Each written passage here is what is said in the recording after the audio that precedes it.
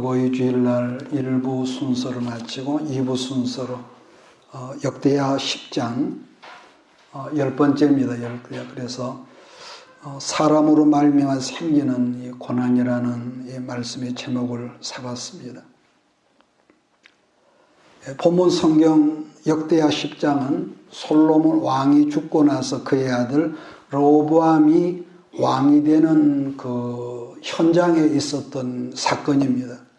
여러분, 우리가 한 직장을 들어가든지 관공서에 우리가 들어가면은 어떤 일반 부서에 새로운 지도자가 발령이 돼서 온다든지 어떤 지도자가 세워진다, 우선적으로 축제 분위기죠. 야, 오늘 새로운 지도자가 세워졌다고.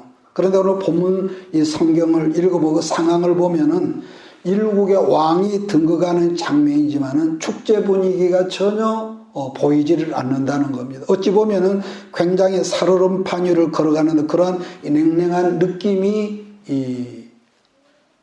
이 현장에 있는 거죠.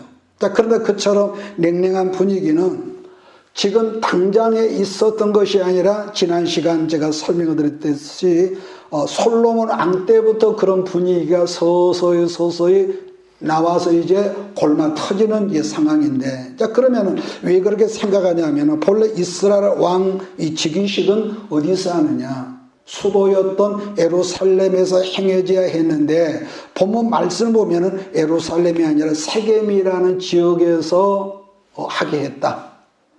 자, 근데 이 세겜은 여러분 우리가 아는 대로 이스라엘 조상 창세기 12장을 보면 아브라함이 가나안 땅에 들어와서 맨 처음에 제단을 쌓았던 곳이 세겜이고, 그 다음에 후일에 여호수아가 가나안 땅을 점령한 다음에 사사들이 다시 다스리던 시대에 세겜을 임시 수도로 삼았던 이 지역이라는 것이죠. 그래서 오늘 본문 성경 역대하 10장 1절을 보면요, 르호보암이 세겜으로 갔으니 이는 온 이스라엘이 그를 왕으로 삼고자 하여 세겜에 이르러서, 그러니까 여기만 보면은 이제 어떤 걸 모르죠. 근데 이 본문 이 말씀을 우리가 참고하면은 지금 이리로 지금 세겜으로 이끌어가는 사람이 왕이 아니라 백성들이었다는 거죠. 자, 그래서 이스라엘의 정통성을 지금 소위 백성들이 흔들고자 했다는 걸 우리가 발견하게 되는데, 이게 무슨 말이냐면은 이스라엘의 왕은 우리가 배운 대로 왕하고 제사장 뭡니까? 세습제란 말이에요. 잘났든지 못났든지 내 아버지가 왕이면 내 아들이 왕이 되는 거고, 아버지가 제사장이면 그 아들이 제사장이 된다.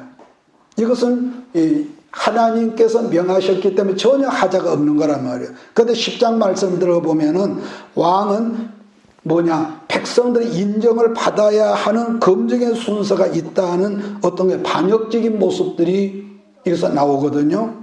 그러니까 우리들이 다 아는 바 일반적으로는 솔로몬 왕 시대를 축복만을 말을 하죠. 보편적으로 그런 축복을 말하죠. 그러나 그게 이 말처럼 솔로몬 시대가 태평성대 시절이 아니었다는 것을 지난 시간에 제가 8장에서 9장에서 제가 언급을 했는데요. 그 아버지 솔로몬이 하나님께 전무후무한 큰 복을 받았지만은 주신 바가 복을 감당하지 못하는 미련탱이 부자 영감으로 살다가 죽었다고 그랬습니다. 그랬는데 이 솔로몬 왕이 죽자 말자 이 왕권에 대한 한 나라의 최고의 권력기관을 일반 백성들이 지금 흔들고 있단 말이에요. 이건 물론 죄로 말미암는 건데,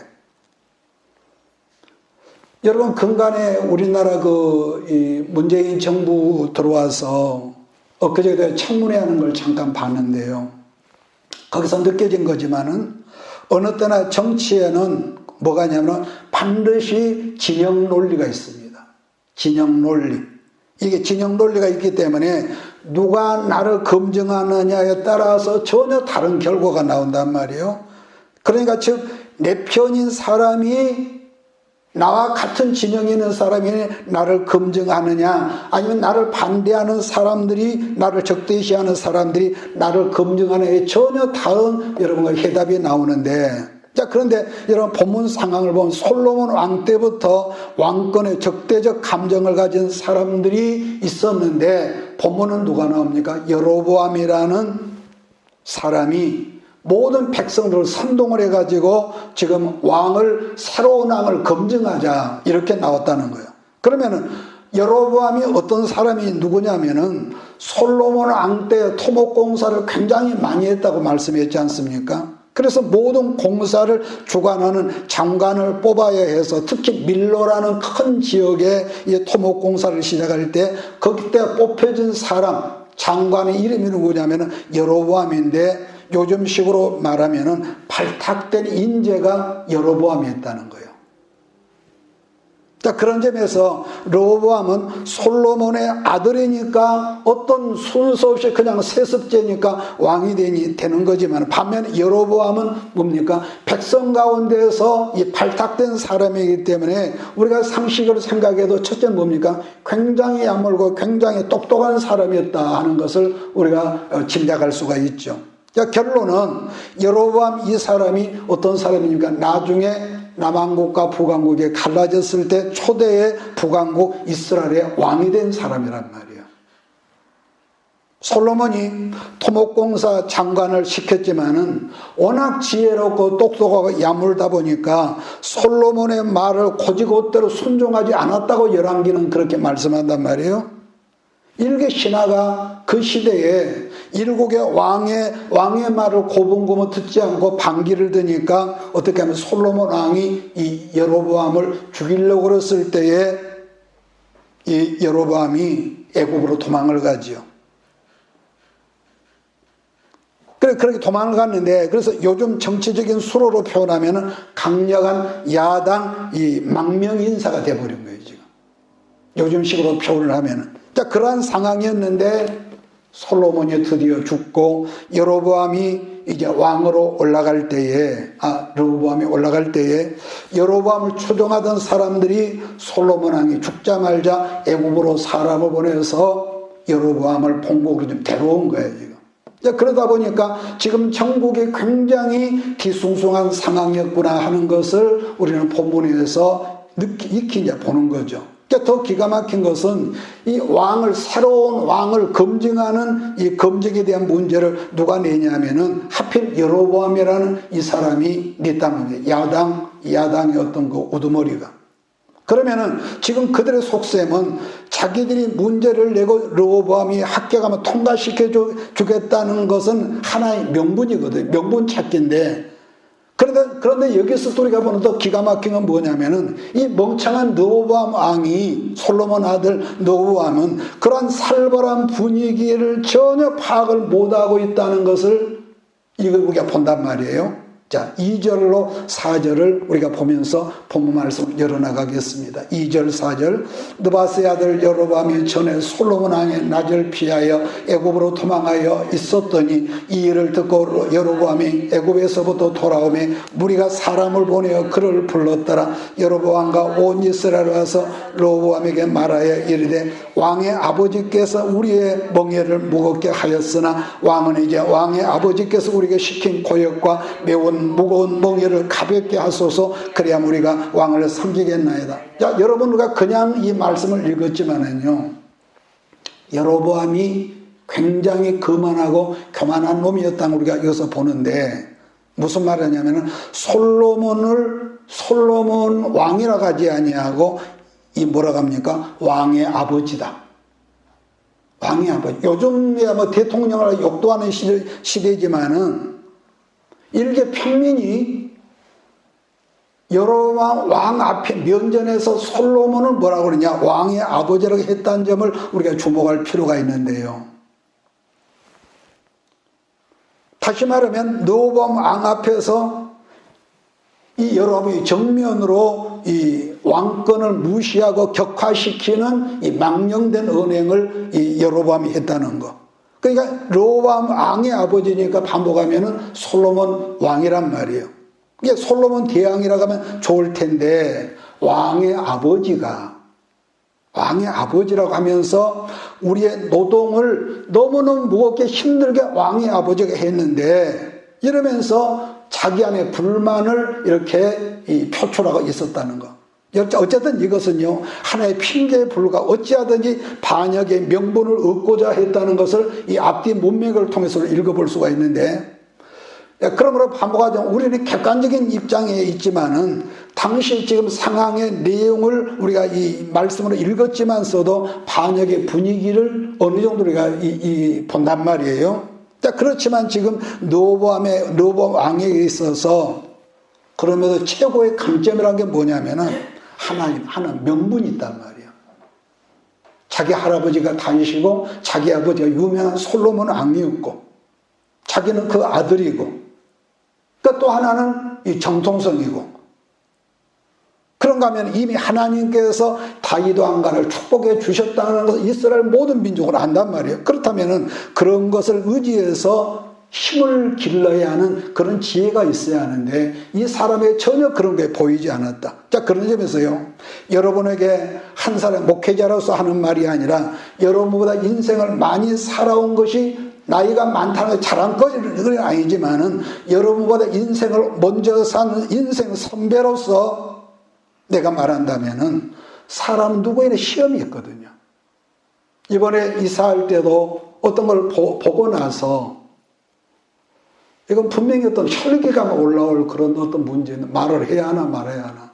그런데 어떤 그런 것을 하나님께서 보여주실 때는 내가 조심해야지. 그럴 때도 있지만은 어쩔 때는 그런 게 없어. 그럼 가다 부딪히는 게 교통사고 난 것처럼.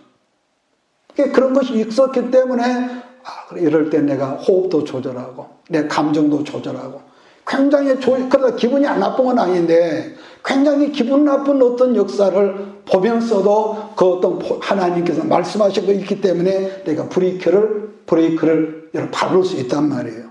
밟을 수 있어. 그래서 하는 말이 그러한 시험이 왔을 때에 가장 귀한 비결은 뭐냐? 하나님 앞에 납작 엎드리는 그것이 대안이더라. 그게 대안이더라. 자, 그러면서 내 자신을 추스리면서 시간을 보는 거죠. 그런데 부끄러운 감정을 제가 늘 하지만은 지난날의 젊은 시절부터 내가 살아온 지난날을 되돌아보면은 하나님 앞에 엎드린다는 것보다도 꼭 그때는요, 뭐가 나온 줄 아세요? 내 잔머리가 나왔어. 내 잔머리가. 이게 가동을 했어. 문제는 그 당시는 그러한 나의 잔머리의 액션이 너무너무 당연하고 이렇게 여겨졌다는 거. 그런데 말입니다. 왕이라는 하나님이 세우시지 일반 백성이 세우는 것은 아닙니다. 여러분 그러잖아요. 그런데 르호보암은 그런 식의 어떤 접근이 전혀 보이질 않아.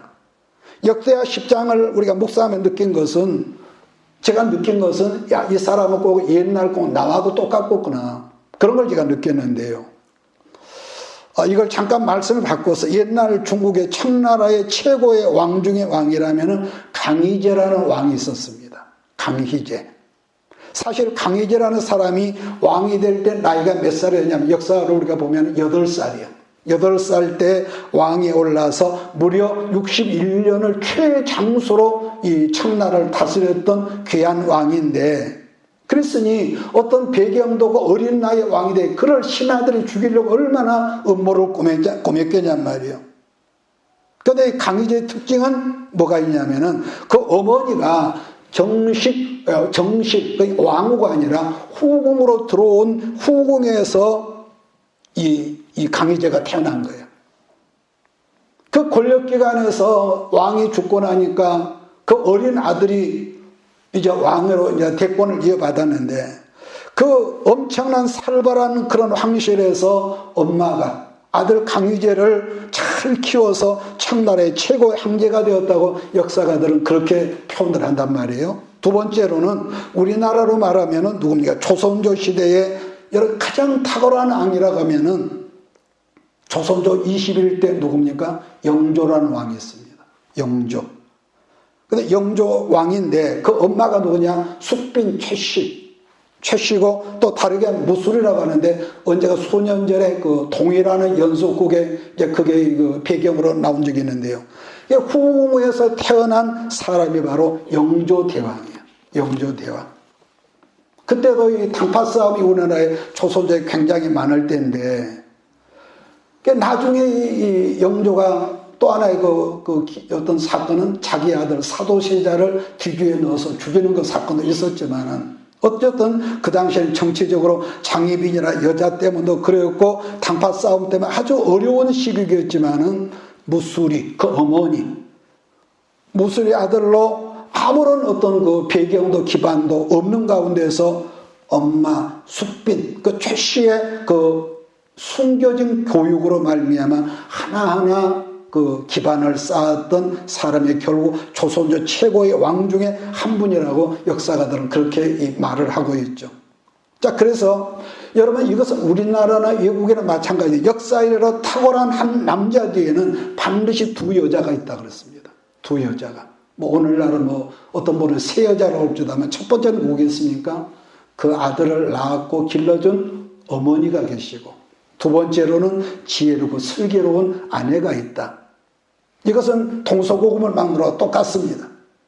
그래서 과거나 오늘날이나 하나님 앞에 정말로 인정받는 사람은 남자가 아니라 여자고, 여자 중에서도 엄마다. 이해하십니까? 그래서 어느 가정 엄마가 질서가 없으면 그 가정은 볼 수가 없는 거예요. 하나님의 어떤 특별한 어떤 그런 메시지가 그 가정 속에 있는 외에는요. 어머니가 망가져버리면 모두가 망가지는 거예요.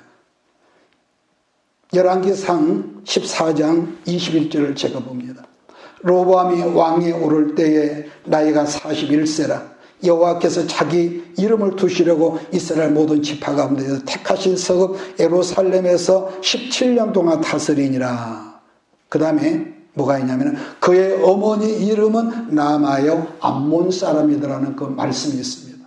암몬족 속에는 여러분 우리가 익히 알지만은 아브라함의 조카 누굽니까? 롯이 소돔성이 환란을 통해서 심판받을 때에 밖으로 도망가 있을 때 자기 두 딸과 관계를 통해서 낳은 아들 중에서 하나가 암몬족 속인데, 하필이면 솔로몬이 암몬족 속의 그 여자를, 저주했던 암몬족 속에 낳은 그 여자를 통해서 낳은 아들이 여러분 노보이었던 걸 말해주는데, 그때부터 나라가 계속적으로 여러분 영적으로 음란해지고요. 근데 한 가지 묘한 것은 옛날에는 지금이나 영적으로 살던 사람이 어느 순간에 세상 것을 물들고 영으로 음란해지면은요, 육적으로도 음란한 어떤 그런 게 있어요. 이건 참 희한하거든요. 생각해 보면은 솔로몬 왕이 그처럼 방탕하고 음란하며 사치스러운 생활을 하다 보니까 언제 하나님 말씀으로 자식들을 교육할 수 있었을까? 이게 깨달아지더라고요. 게다가 그 어머니가 누구라고요? 암몬 여자라는 거예요. 얼굴은 예뻤으니까 솔로몬의 총애를 받았겠지요. 그러므로요, 탁월한 최고의 복을 솔로몬이 받았지만은 그 받은 복으로 자기 자식 로보암에게 하나님은 섬기는 법을 교육했겠냐 생각해 보면 사실 복음 받았지만 기가 막힌 인생이 솔로몬 아니겠냐. 또 그런 비상시국에서 로보암이 조금만 지혜가 있고 그랬다면은 그런 어려운 가운데 제일 의지할 사람이 누구겠습니까? 상식적으로 제사장이 있고 하나님 말씀으로 이끌어가는 선지자들이 있었는데, 거기다 뿌리를 내렸으면 좋았을 텐데 그런 모습은 어디에도 여러분 나타나 있지 않는 거죠. 그런데 사실은요, 여러분도 나도 사람은 살다 보면은 우리는 시험을 안 당할 수가 없습니다. 안 당하고 싶어서 당한 건 아닌데, 그랬을 때에 인생을 여러분보다 먼저 살아온 제가 하고자 하는 것은 하나님 앞에 시험 당했을 때 엎드리면 사는데 이게 안 된다는 거예요. 그때는 안 되더라고요. 그러니까 내가 엎드린다는 것은 하나님 앞에 항복과 꺾어짐을 의미하거든요. 또 하나는 하나님께서 여러분 나를 뭔가를 깨닫게 하시려고 수치스럽게 할 때가 있어요. 부끄럽게. 우리가 화가 날 때는 말을 함부로 하거든요. 화가 그래 놓고 보면은 부끄럽고 창피하고, 내가 그래도 예수 믿는 사람인데 이 정도밖에 안 되느냐 말이지. 그런데 낮추실 때는 하나님께서 수치스럽게 낮추실 때는요, 수치를 당하는 그 모습으로 가만히 있어야겠더라. 그런데 제 부끄러운 지난 날을 보면 나를 보더라도 사실 내가 아무런 실력도 없고 능력도 없는데도 가만히 있질 내가 못했어요. 가만히 있질 못했어. 응? 이런 경우는 사실 목회자로서 굉장히 나의 장점을 말해야 하는데 내가 장점이 없으니까 부끄러운 감정 아니겠습니까? 그래서 시편 기자가요. 기가 막힌 자기 간증을 시편 119편에서 간증을 하고 있거든요. 우리가 다 아는 말씀인데 시편 119편 67절에서 뭐라고 합니까? 고난당하기 전에는 내가 그릇 행하였더니 그 다음에 이제는 주의 말씀을 지키나이다. 왜 말씀을 지키겠습니까? 베드로전서 4장 1절로 2절로 이는 육체의 고난을 받은 자가 교회를 끝쳤음이니. 그러니까 어려운 시험이 없어야 하는데 늘 제가 말하죠. 말씀을 통해서 내가 고치면은 내가 어려운 환란이 내 광야가 내 삶 속에 없는데 이게 안 통한단 말이에요. 왜? 내가 잔머리가 내가 탁월하거든요. 그러니까 교회를 끝쳤음이니 그 후로는 다시 사람의 정욕을 따르지 않고 하나님의 뜻을 따라 육체의 남은 때를 살게 하려 함이라. 믿습니까? 자, 여러분에게 질문하겠습니다. 말씀을 읽고 고칠래? 얻어맞고 고칠래? 예, 정말 이건 귀한 겁니다. 그런데 사건의 현장에 딱 부딪히면은 이 상황에서 브레이크가 잘 밟아지죠. 왜? 우리는 살아온 습관이 있기 때문에 우선적으로 혈기나 가슴이 두근두근하고 한미 멱살을 잡고 흔들고 싶고 여러분 그런단 말이에요. 그런데 중요한 것은 선택은 누가 해야 한다? 내가 하는 거예요. 내가 해야 하는 거예요. 신명기 여러분 30장 우리가 보고 한번 넘어갑시다. 신명기 30장 19절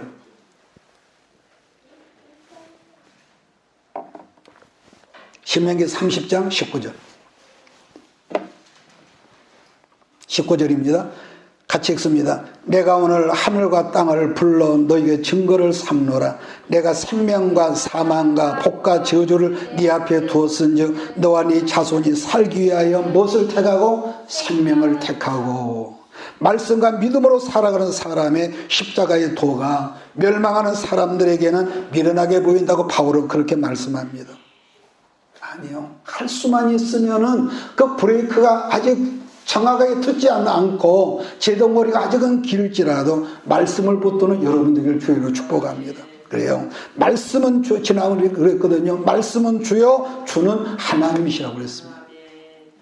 본문 성경에서 르호보암이 잘한 것이 딱 한 가지가 있는데 보면은요. 3일 동안 시간을 달라 한 거. 3일 동안. 여러분 일평생 잊지 말 것은 어떤 위태위태한 시험을 만났을 때에 하나님 앞에 죽는 연습을 자꾸 하십시오. 죽는 연습. 때로는 수치될 때가 있고 그때만 생각하면 부끄럽고 아니요. 엎드리면은 하나님께서 여러분 나라를 사는 길로 열어갈 것을 믿습니다. 그랬는데 그 다음이 문제거든요. 기도했다는 건 내용이 없어. 무슨 말이냐면은 그래서 우리가 그럴 때는 가까운 내 주변에 누군가의 좋은 자가 사람은 그러잖아요. 누군가의 어떤 탁월한 어떤 식견을 가진 사람의 조언을 듣기를 원하는데 어떤 사람의 조언을 들을 것이냐. 본문에는 두 그룹이 나타나거든요. 한 그룹은 솔로몬 자기 아버지 3대 왕 때부터 솔로몬을 섬겼던 원로 신하라는 신하들이라는 그룹이 있었습니다. 그러다 보니까 이분들은 나이도 들고 그래서 아마 정치적인 식견과 정치적인 감각과 어떤 탁월한 어떤 것이 있었지 않겠습니까? 이건 어떻게 보더라도 왕으로 큰 자산인 거죠. 그러니까 원로들이 뭐라고 조언을 했냐면은 우선 백성들을 후대하십시오. 따독거리십시오. 따독거리십시오. 또 하나는 정치라고 하는 것은 이 말이기 때문에 좋은 말로 그들의 마음에 분노를 누그러뜨리십시오. 그랬었는데 이 어리석은 르호보암 왕이 원로들의 탁월한 식견을 버리고 자기와 같은 젊고 혈기 많은 젊은 신하들의 청취를 이렇게 듣기를 원하는데 여기 이제 비극이 있는 거죠. 역대하 10장 8절 9절 상반절을 제가 있습니다. 8절을 읽습니다. 왕은 원로들의 가르치는 것을 버리고 그 앞에 모시고 있는 자기와 함께 자라난 젊은 신하들과 의논하여 9절 이르되 너희는 이 백성이 어떻게 대답하도록 권고하겠느냐. 어떤 분이 그러더라고요. 전에 그 사람이 망하려면은 귓구멍부터 망한다고요. 무슨 말이냐면은 아무리 옳고 선한 말을 가르치지만은 들으려고 하질 않은데 듣는 척할 뿐이지. 결론적으로 말한다면 그래서요. 아까 신명기 30장에도 언급했지만은 인생은 선택이거든요. 선택. 내가 어떤 길을 선택하느냐. 어떤 길을. 그러면 우리들이 인생을 살아면 꼭 선택을 위해서 우리가 기도할 필요가 있습니다. 하나님, 가장 먼저는 하나님 말씀이냐 아니면 내 욕심이냐. 알고 보면 이 두 가지뿐이거든요. 내 욕심, 하나님 말씀. 그래서 우리가 기도, 하나님, 나는 지혜가 없습니다. 하나님, 문제 앞에서 내가 선택할 길을 보여달라고 여러분 기도할 때에 꿈을 통해서 하다 못해 꿈을 통해서라도 여러분이 가야 할 길, 여러분이 선택할 길을 보여주시는 하나님을 믿습니다. 자, 그래서 언젠가부터 우리나라에도 여러분 코드 인사라는 여러분 그런 우리가 말을 듣지 않습니까? 그래서 르호보암이 이 코드 선택을 한 건데, 우리나라도 지금 이 친문 강경파가 있는데 결국은요 진영 논리로 나가면은요 다 허망하거든요. 10절, 11절 같이 읽습니다. 시작. 함께 자라난 젊은 신하들이 왕께 말하 이르되 이 백성들이 왕께 아뢰기를 왕의 아버지께서 우리의 멍에를 무겁게 하였으나 왕은 우리를 위하여 가볍게 하라 하였은즉 왕은 대답하시기를 내 손가락이 내 아버지 허리보다 굵으니 내 아버지가 너에게 무거운 멍에를 매게 하였으나 이제 나는 너희의 멍에를 더욱 무겁게 할지라. 내 아버지는 가족 채찍으로 너희를 지쳤으나 나는 정갈 채찍으로 하리라 하소서 하더라. 여러분 본문상에 함께 자랐다 했는데 알고 보면 자기 생각을 적극 지지하는 젊은 뭘까요? 강경파들. 미국에도 매파가 있고 비둘기파가 있다고 그러거든요. 그러니까 여기서 보면은 내 생각을 지지하고 내 생각하고 그러니까 내 생각을 지지하고 내 생각과 똑같은 듣기를 내가 원한다면은 그것은 조언이 아니라 결국 자기 욕심을 합리한 거죠. 여러분 그렇잖아요. 오늘날 이런 계층을 말한다면 첫째는 뭐라고 할까? 좀 차원이 그러지만 싸가지가 없는 인간들이고, 두 번째는 말은 잘한다 할지라도 그런 사람들은 언제나 이 분열시키는 언어를 쓴다는 거예요. 같은 말도요 통합하는 언어가 있고 분열시키는 언어가 있거든요. 성경은 감사하는 말을 성령이 하나 되게 하는 말을 힘써 여러분 지키라는 그런 표현이 있는데요. 그러므로 그때나 지금이나 통합시키는 언어가 있고 분열시키는 언어가 있다는 거예요. 사단의 언어죠. 아들인 르호보암의 새끼손가락이 아버지 솔로몬 허리보다 굵다는 이런 이 망할 놈이 그런 말을 한 거예요. 백성들 앞에서. 이런 부분에서 발견되는 어디에도 르호보암 어떤 겸손된 그런 것이 보이질 않는다는 점인데, 또 하나는 내 아버지는 가죽 채찍으로 쳤지만 나는 정갈 채찍으로. 이게 무슨 말이겠습니까? 여러분 우리가 아무래도 정갈이란 뭐죠? 독이 강한 거죠. 한 번 물리면은 죽는 경우도 있고 몇 시간 동안 정갈독 때문에 괴롭다 그러거든요. 그러니까 아마 르호보암은 그런 아주 강한 언어를 쓰면은 뭐가 잘 될 줄 알았던 모양인데 한마디로 포악한 언어에는요 역사가 없죠. 그러나 그러한 자세가 얼마나 어리석었냐는 것을 오늘 성경은 보여주는데 12절 14절 다시 또 읽습니다.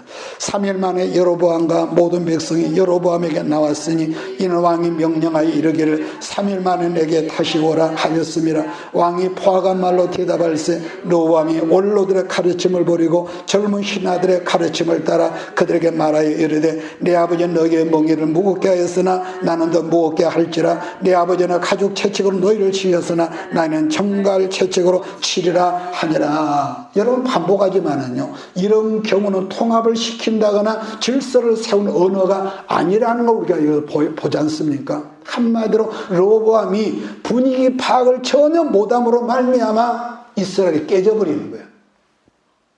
물론 우리도 그럴 수 있지만은 여러나 이 부분을 생각을 해볼 건요, 상대가 다소 못마땅하다 할지라도 이런 식의 판단이 이런 식의 언어를 사용하면 망한다는 것보다는 오늘 본문에서는 하나님으로 말미암아 그렇게 됐단다. 하나님으로 말미암아 르호보암이 망하는 길을 이렇게 택했다는 거죠. 하나님으로. 그러니까 때로는 아마 여러분도 자주는 아니겠지만은 어쩌다 그런 포악한 말을 할 때가 없었을까요?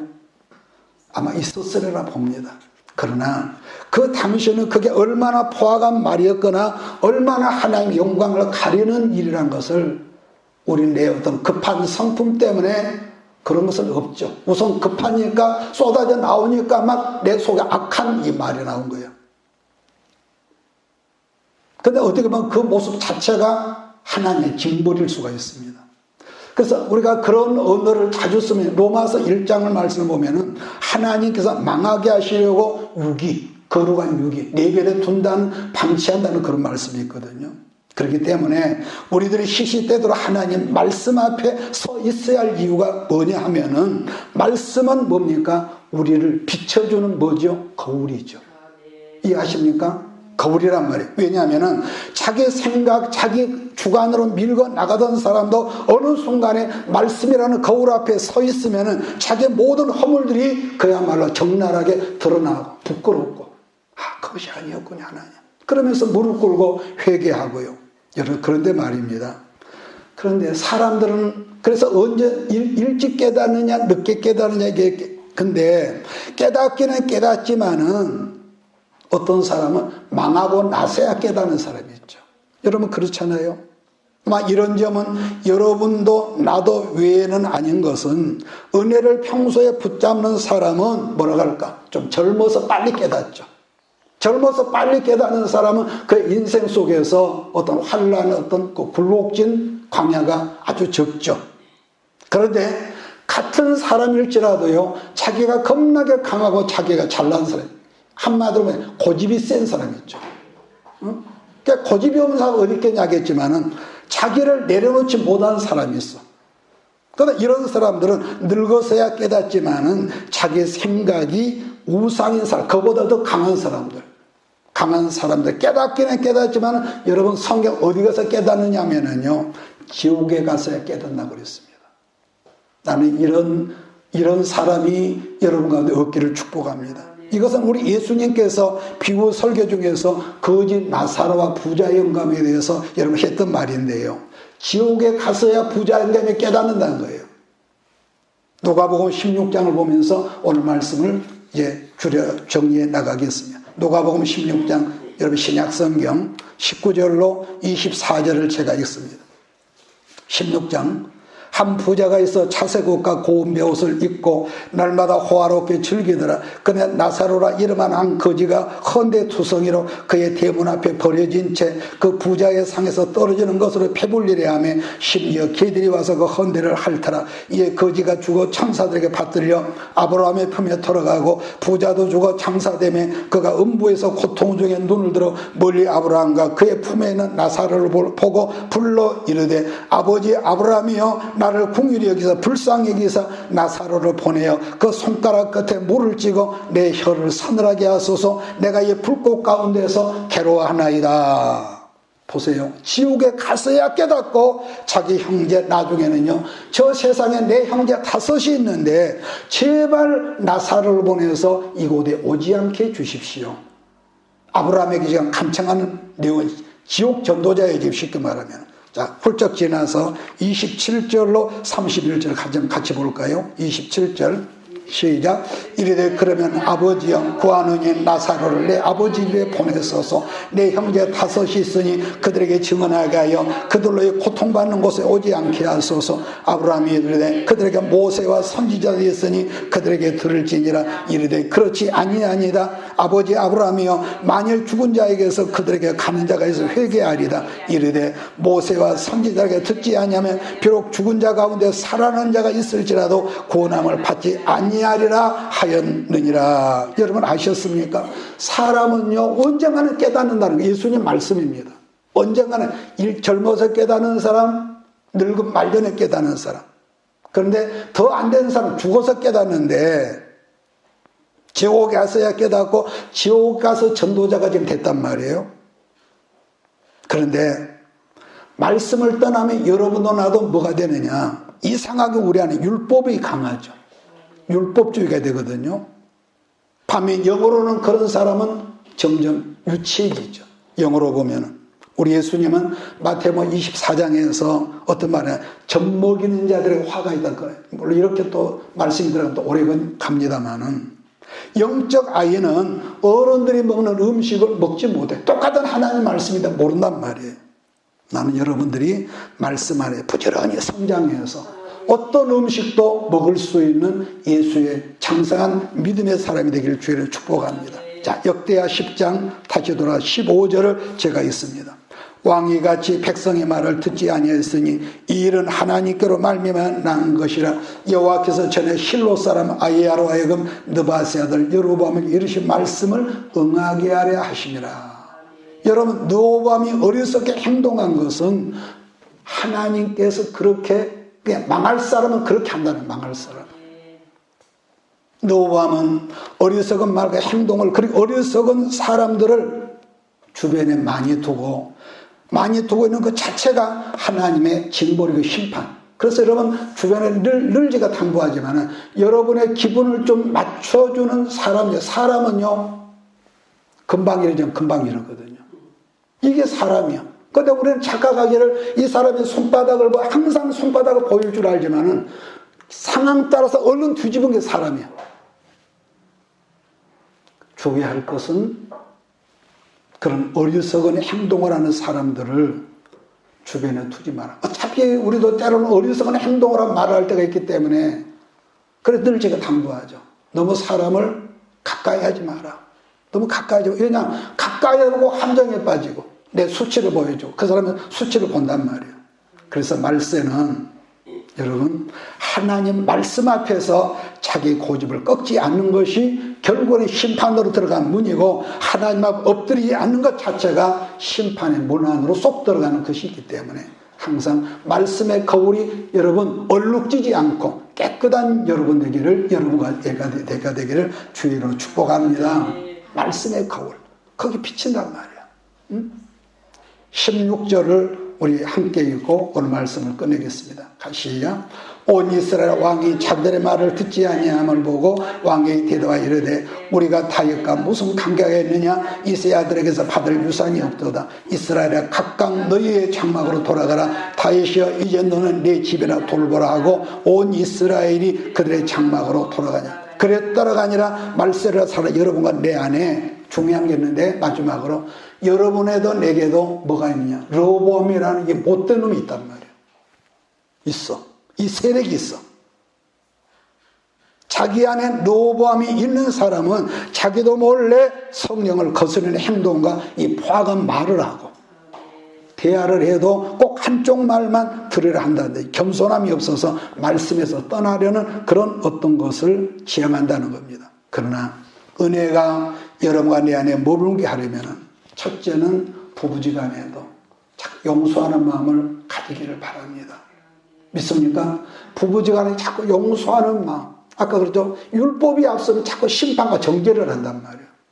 이게 한꺼번은 안 돼. 나를 보더라도. 그렇지만은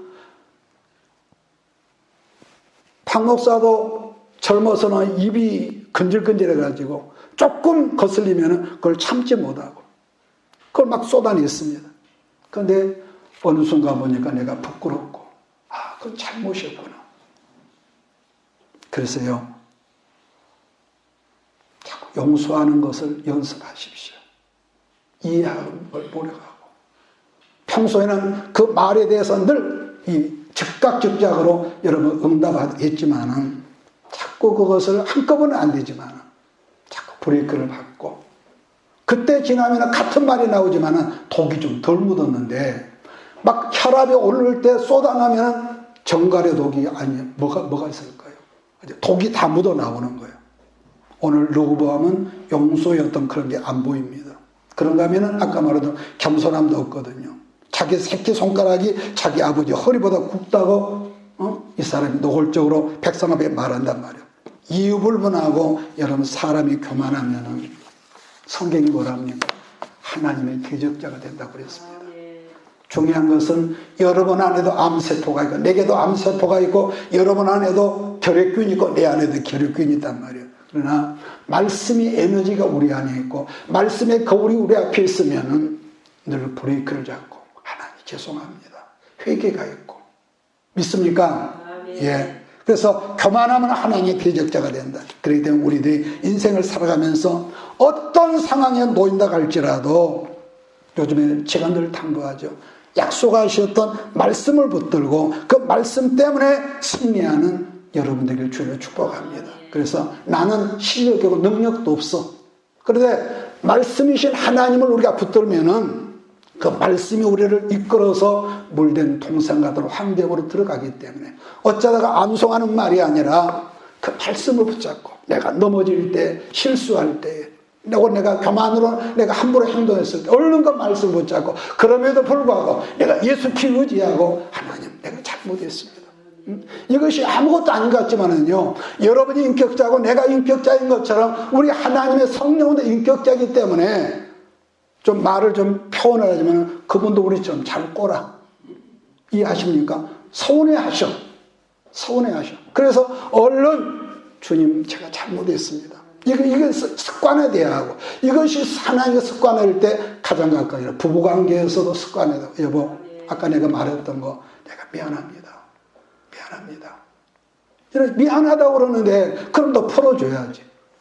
미안하다고 했는데도 그걸 꼭 붙잡고 3년 가고 그러면 안 된단 말이에요. 그래서 여러분 세상을 살다 보면은 내가 아무리 고민하고 아무리 잠을 못 자고 궁리하고 여러분 했을지라도요, 우리 인생이라는 정말로 어쩔 때는 정말 살얼음판 같은 지경을 걸을 때가 있고 그 다음에 내가 사랑하고 의지했던 사람이라든지 그런 사람들이 다 나를 욕하고 뒤떠나버리고 이제는 모든 기반이 무너지는 절망감을 느낄 때가 인생을 살다 보면은 꼭 한 번, 두 번은 있습니다. 내가 아무리 그런 거 싫다 해도요, 어느 순간에 있는데 그러면 그때 어떻게 해야 되냐? 나도 몰래 고개 쳐박고 한숨 쉬고 근시걱정으로 충만히 그게 아니죠. 살아계신 하나님 앞에 엎드리는 훈련이 여러분이 있기를 바랍니다. 어떤 환경 속에서 하나님 우리가 우리 죄를 잡아가면 그런 미쁘시고 의로우사 우리 죄를 사하신다 그랬거든요. 그러니까 다른 데 말씀 붙잡되 그런 말씀 붙잡 하나님 내 죄가 주홍같이 붉을지라도 양털같이 진홍같이 불같이 흰눈같이 하나님 말씀을 나는 믿습니다. 그래서 헐벗은 모습이대로 부끄러운 내 모습이대로 하나님에게 나가는 겁니다. 인간과 잘못했다고 그러는데 할 말이 없잖아요. 잘못했다고 그러는데. 그래서 살아계신 하나님 앞에 엎드려져야 한다는 말인데 응답의 시간, 그러면 응답의 시간이 길고 짧을 뿐이지 하나님 앞에 엎드리면 그 인생은요 절대로 그 사람은 망하지 않을 것을 나는 믿습니다. 그래서 앞뒤가 다 막힌 것 같은 느낌이 있을지라도 그때마다 주어진 말씀으로 다시금 새롭게 기반을 닦아다 나가다 보면 어느 순간에 다윗 왕 같은 강력한 생명의 리더로서 여러분 안에 채워질 걸 나는 믿습니다. 내가 훌륭하고 내가 가방끈이 길고 배경이 좋고 돈이 많아서가 아니라 하나님께서 이상하게 아까 우리 집사님 기도했던 것처럼 어느 순간에 문이 닫아지고 그전에는 문이 열라기도 안 돼 닫아지려고 안 했는데 어느 순간에 전능하신 하나님께서 여러분에게 오셔서 필요 없이 열려지면 닫아지고 아무리 열려고 평생 했던 노력에도 안 열려 그 문이 여러분 인생 속에서 열어지는 역사가 있을 것을 믿습니다. 그러므로요 거룩한 습관 훈련해야 합니다. 가정에서도 어디서든지 길을 걸어가면서도 그래서 말씀을 의지하고 그래서 그런 속을 기다리는 거예요. 기다리면은요 얼마나 힘듦이 있어. 지난 시간에 말했잖아요. 아브라함이 100살에 난 아들이 그 귀한 집안의 아들이 왜 40살까지 하나님이 기다리게 했냔 말이에요. 내가 아브라함이었다면 15살만 돼서 얼른 장가 보냈을 텐데. 여러분 기다림이 없는 믿음, 기다림이 없는 축복은요 우리 모두가 여러분의 약속은 받았을지라도 조급하면은 이스마엘을 나온다. 믿습니까? 기다리면 조금만 이삭이 나오는데 조급하면은 어쩔 수 약속은 받았을지라도 이스마엘을 만들고 만다는 이 사실을 깨닫고 한 주간 동안도 약속의 말씀을 붙잡고 기도하는 복된 저와 여러분 우리 모든 성도들 되기를 주의로 축복합니다. 자비하신 하나님, 오늘도 우리는 역대하 10장에서 솔로몬의 아들 르호보암이 왕으로 등극하는 장면에서 그가 철없이 말씀이 없이 하나님의 임재를 깨닫지 못하고 함부로 망령되이 일컬었던 어떤 행동 때문에 나라가 하나님의 징벌 속에 들어가고 남북왕조가 갈라지는 이런 기가 막힌 상황을 봅니다. 우리도 인생을 살아갈 때 늘 아버지의 말씀을 중심하고 실수했을 때 변명하고 핑계하고 돌아서려 가지 말고 말씀 앞에 엎드려서 하나님 내가 이래서 잘못했습니다. 늘 우리가 이실직고에서 하나님 앞에 담을 쌓는 어리석음이었고 항상 물된 동상과 같은 축복에 우리 모든 식구들로 기름 부어 주시옵소서. 예수님의 이름으로 축복하며 감사기도 드립니다. 아멘. 내가 너와 항상 함께 하리라. 내가 너를 지키리라. 실망치 말고 나를 보아라. 나는 너의 하나님이라.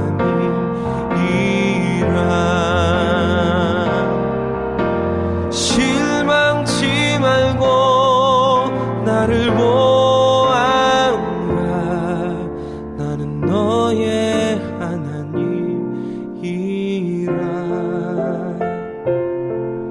나는 너의 하나님이라.